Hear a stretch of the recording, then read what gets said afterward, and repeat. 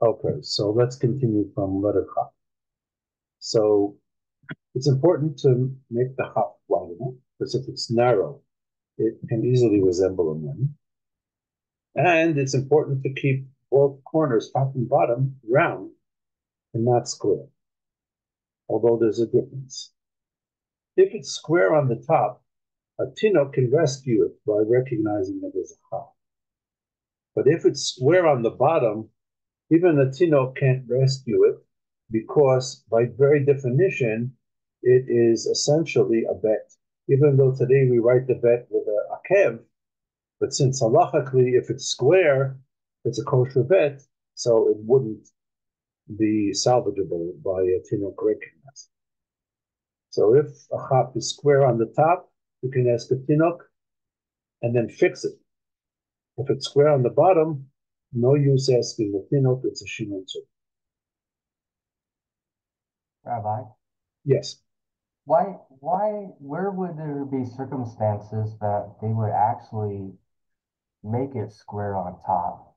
I mean, I've never seen any Torah where it was intentionally done in that manner that they squared the Look, top. if the software is sloppy, Okay. look, the software is a pro. He's going to write them all kosher lechatchila the first time. These halachas are dealing with sloppiness. Or sometimes an ink, a drop of ink falling on the letter or something happened, or even if you wrote well before it dried, a fly dragged across it, or something like that.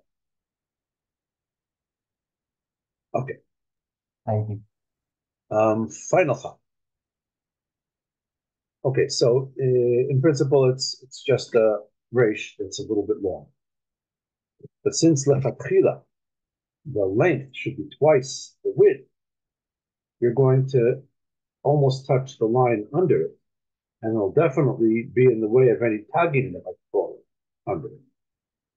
So for half, we make it slightly narrower than a regular half. So if a regular half is 3 kumosim, we'll make this 2.5. And then the back will be 5. And then it's twice as long. It has perfect proportions, and that's the ideal way to write it. If the proportions aren't like that, and it isn't twice as long as it is wide, then it only becomes a shaila if a tinok is recognized. As long as it's recognizable as a half, not as a resh, then it'll be kosher. Although the chatchila, you should fix it. Usually by making it longer, if the reason was that you made it too short. But if you extend the gad too much, for example, if it's at the end of the line and the sofer wasn't careful to write the letters exactly in front of each other, so he's going to make a mistake and extend it.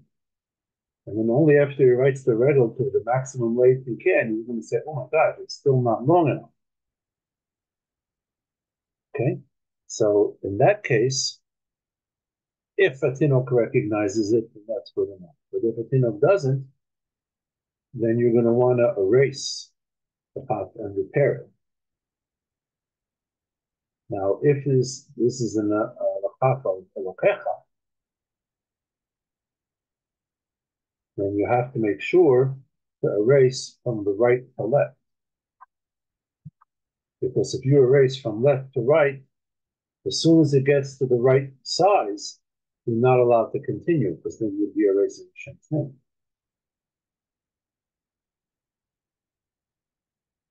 Okay. If the top of the chaf is square, the Mishnah Brura says it's puzzle and that you can fix it. However, there are other achronim that say that it's kosher, and there are even some old Sephardic tabs where it is either square or actually has an akev like a dalet.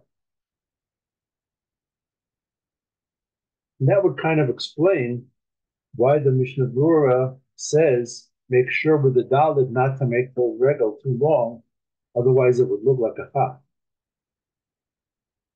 which would seem to kind of contradict what he's saying here. But not really, because over there we're worried about a Tinoch making a mistake. Here we're talking about it being puzzle. A Tinoch can make a mistake on a puzzle letter, but still be a Shimitzura. Okay? So that's the final. Lamed. Lamed is basically composed of a kind of a Ha and a Vav on the top. However, according to most minhagim, the bottom of the Ha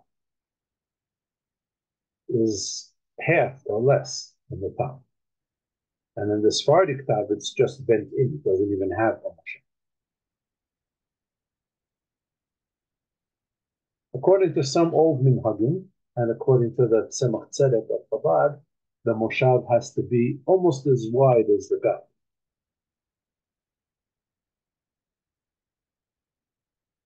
However, almost everybody makes it half or less.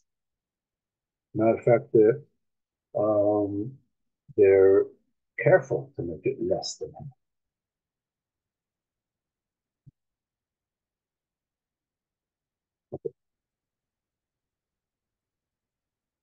The place where the vav connects to the body should be a corner and not rounded. Because if there isn't a clear breaking point, there's no way of measuring the length of the vav. Because if it's round, it's like it's all one piece. So what's the length? If there's a cutoff point, then you can ascertain the length. If that vav has no head, if it's just a straight line, although the Mishnah Brura says it's the Shinui Tzora and other letters, but with the Lamed, it's just Pasal, not a Shinui Tzora. And it wouldn't be Shalach Sidran to add a head.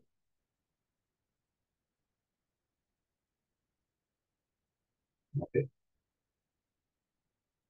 Now the length of this vav must be a full vav's width. If it's shorter, it's kosher b'diavad. And if it's the size of a yud, there's some achronim that say it's pasul, and some say that it's kosher b'diavad. However, usually sofrim don't leave enough room between lines, and then it becomes difficult to make the vavim in the full proportion. In cases like that, it's better to make the head of the vav smaller than the full width of the kumas, so that it will have its internal proportions.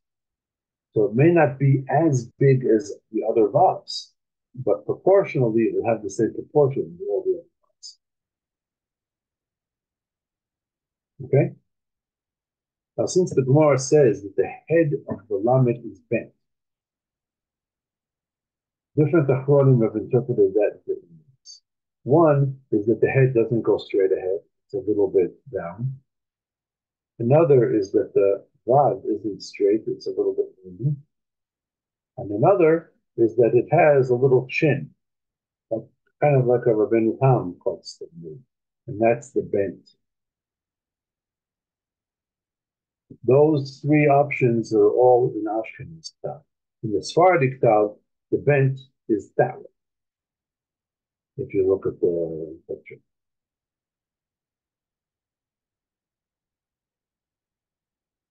Okay? Okay, let's do a mem.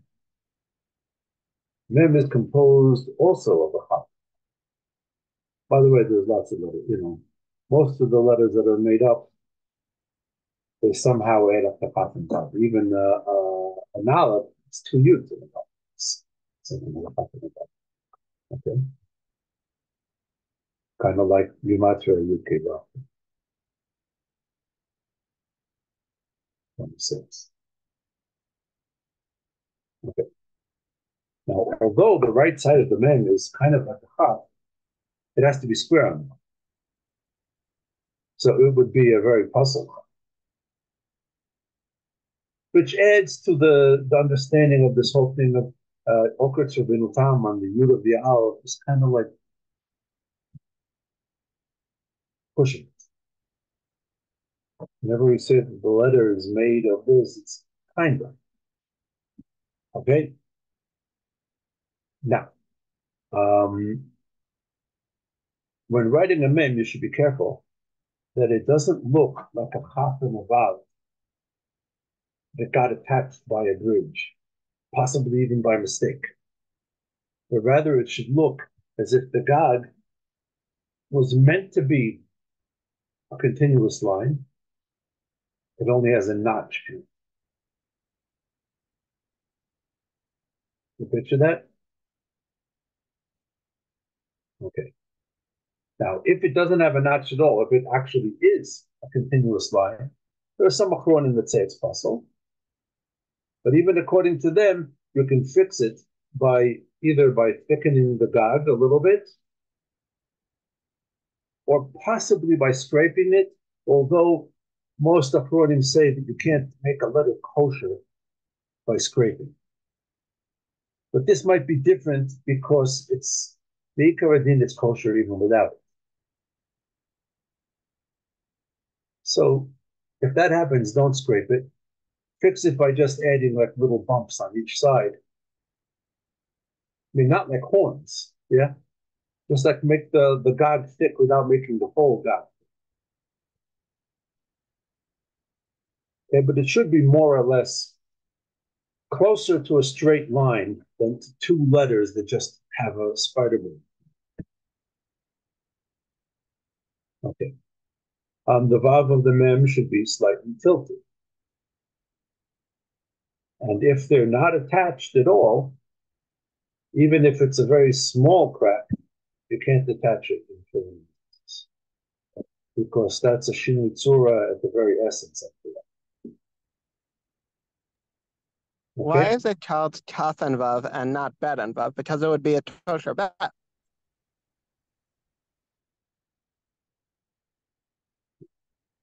Because the remez is actually kafan. There is a remez in all these things. But it's a qualifier. It's a chaf. That's been squared.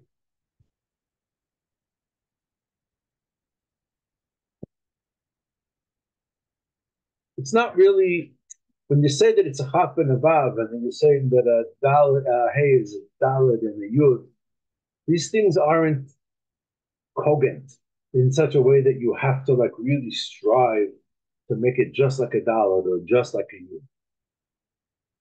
There's a midrashi. That's what I'm saying. It's reminiscent of a dalid and a yud, and then you can make drashas on it.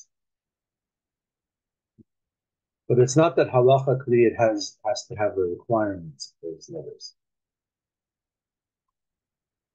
Okay? Yeah, Okay.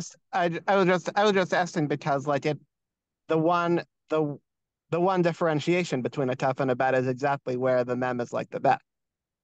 Right, but that differentiation is in an actual bit, an actual chaf. This is only a chafoid and a memoid. Yeah, I understand.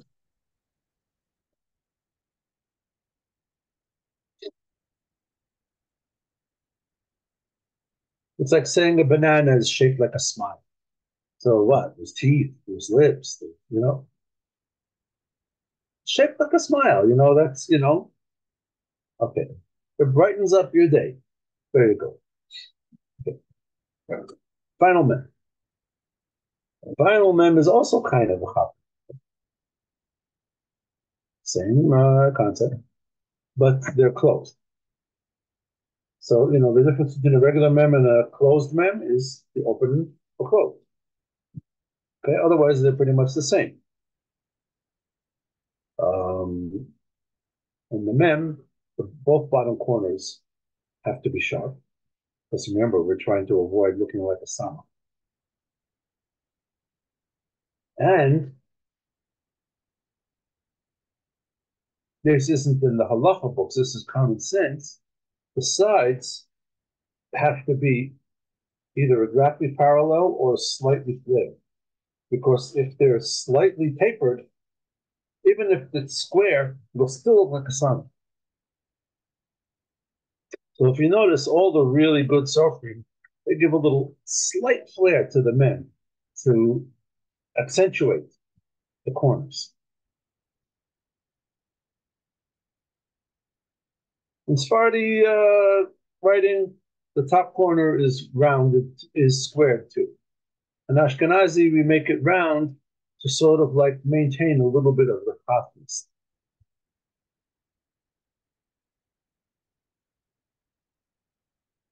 Okay. What if it's an actual square? No protrusion to the left side. It's still kosher, but it should be fixed. And the same would apply to a samach. Member samach seem to have chumrah compared to other letters, in that although if a letter has a hefsekin that isn't readily noticeable, although they would be puzzle, you can fix them.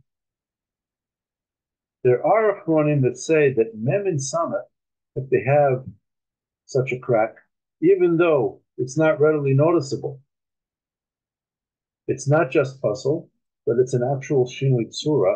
It cannot be fixed in tefillin and mezuzahs. And that is because of the miracle of the loophole in which the mem and samach, which I don't see how you can make a halakha from brush, but they did. So I quote. Okay, so that's for now. And next time we'll continue from Rome. Please remind me. Okay? And see you next time.